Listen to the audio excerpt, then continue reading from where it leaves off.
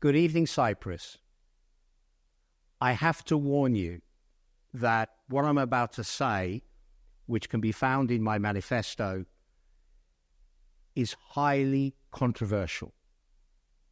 And if you agree with me, it's probably going to be the only time you'll be able to vote somebody that has the same mindset, probably for the next 20 years. Let's provide some background. I believe everybody has the right to whatever religion they want, or no religion. They have the right to change their faith, even though it's not often done.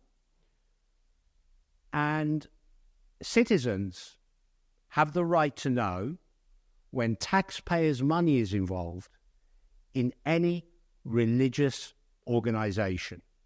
Now, we in Cyprus tend to be Orthodox, Cyprus Orthodox. There are, of course, many Catholics and other religions. What I am proposing, which is controversial, is I want every religious organization in Europe, including the Cyprus Orthodox Church, to fully disclose their financial statements. We have the right to know how much they earn annually, how much they spend on philanthropy, how much is used on business. I'm not suggesting at this moment in time they get taxed on the difference.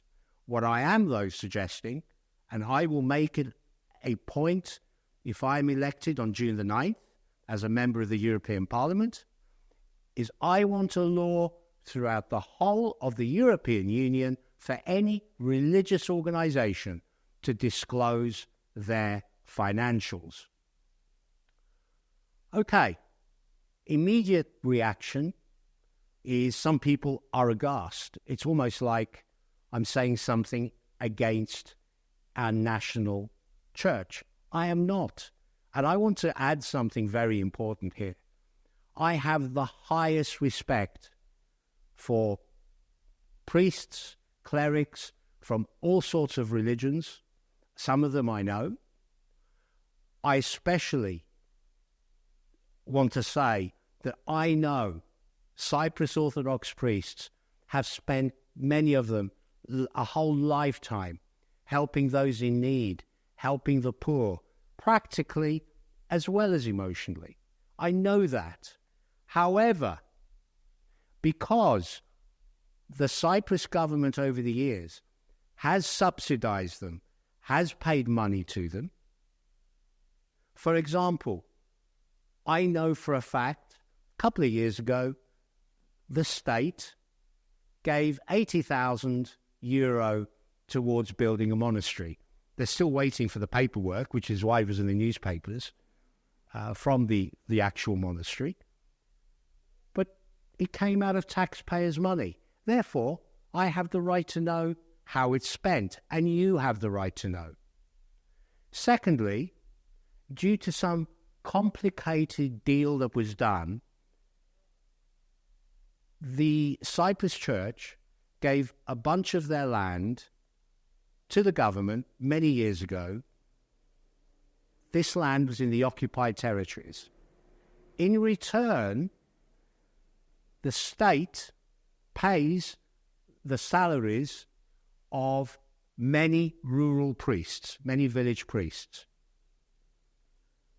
We have the right to know. We have the right to know how much income they get, how much profit they make, and they don't have to give details where it was spent. Now, they could turn around and say, in the Bible, the left hand shouldn't know what the right hand is doing. That is true.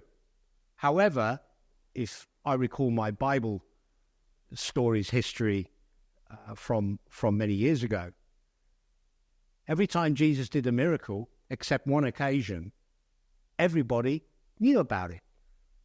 When he did all those various miracles, water into wine, feeding the how many thousand, people knew about it, except one instance where he told somebody not to say anything. Now, there's another angle involved here, and that is, if you open a charity, a non-profit company in Cyprus, I have one, I have a foundation. By law, I have to spend everything earned by that charity via donations between 85 and 90% in the year that it was earned. It's a bit crazy if you ask me. But anyway, I want all religions throughout the whole of the European Union, by law, with an EU law, to disclose their assets. Secondly, I very much believe in religious freedom. By that I mean anybody can believe what they like. If they want to start a new religion, worshipping a giant cat called Fifi, and expect donations and be given donations from members of the public, it is their right. I haven't got a problem with that. What I have a problem with, if so-called non-profit charities that are religious organizations, and you get a few that are really business organizations. They're commercial empires, they're book publishing empires, and the only good they provide is to their own members or getting new members. Again, one has to address what is a religion and what is a commercial organization. However, I draw the line in one place. I believe any religious organization in the European Union that practices certain very anti-European human rights practices, such as extreme misogynism or shunning ex-members, including children, should be stripped of their rights as a charity. And there are, I'm not mentioning names, there have been court cases recently where that has happened. It's now in appeal, so I don't want to comment about it. Why should they? Those who practice hatred, who preach hatred, who are extremely misogynist against women, and shun ex-members, where even your own family cannot talk to you in case they get shunned. There is no place under European Union charity laws for those sort of cults, and I am proposing they be stripped of their charity status. There's one other angle which is to do with charities, and it's nothing to do with religion, and that is, in some countries, it is very easy to open a non-profit. It is very easy to do good, to open a charity. In Cyprus, we have 4 types, and the laws were based on 1960 pre-colonial laws, and they are not fit for purpose. I want a common standard, and I own my own charity foundation, and I know what it feels like when you've got bureaucracy. We have 4 types of charity you can set up in Cyprus. I want the whole of the EU to have a common way of easily open a non-profit. Why? It'll help people in Cyprus, in Europe and the world, but it'll do something more. It will create jobs. It will create jobs for Cypriots and European Union citizens. And I want one other thing added to that. In the United Kingdom, there's a new type of non-profit that they set up a few years ago. I was at their launch, and it's something I think we should model throughout the whole of the European Union. It will create jobs, and they are called community interest companies. Community interest companies do not end with the word LTD or limited. They end with CIC. And what they are is they can pay salaries. They can pay the directors' salaries, but they don't give dividends. They don't pay shareholders. They still pay corporation tax. They still pay VAT. But it's down to a way that they can do good in the community, help the world, help Europe, and create jobs. So that's what I want as part of my non-profit, charity, religious organization initiatives. And one last thing to end up with, actually. I'm not anti-religion.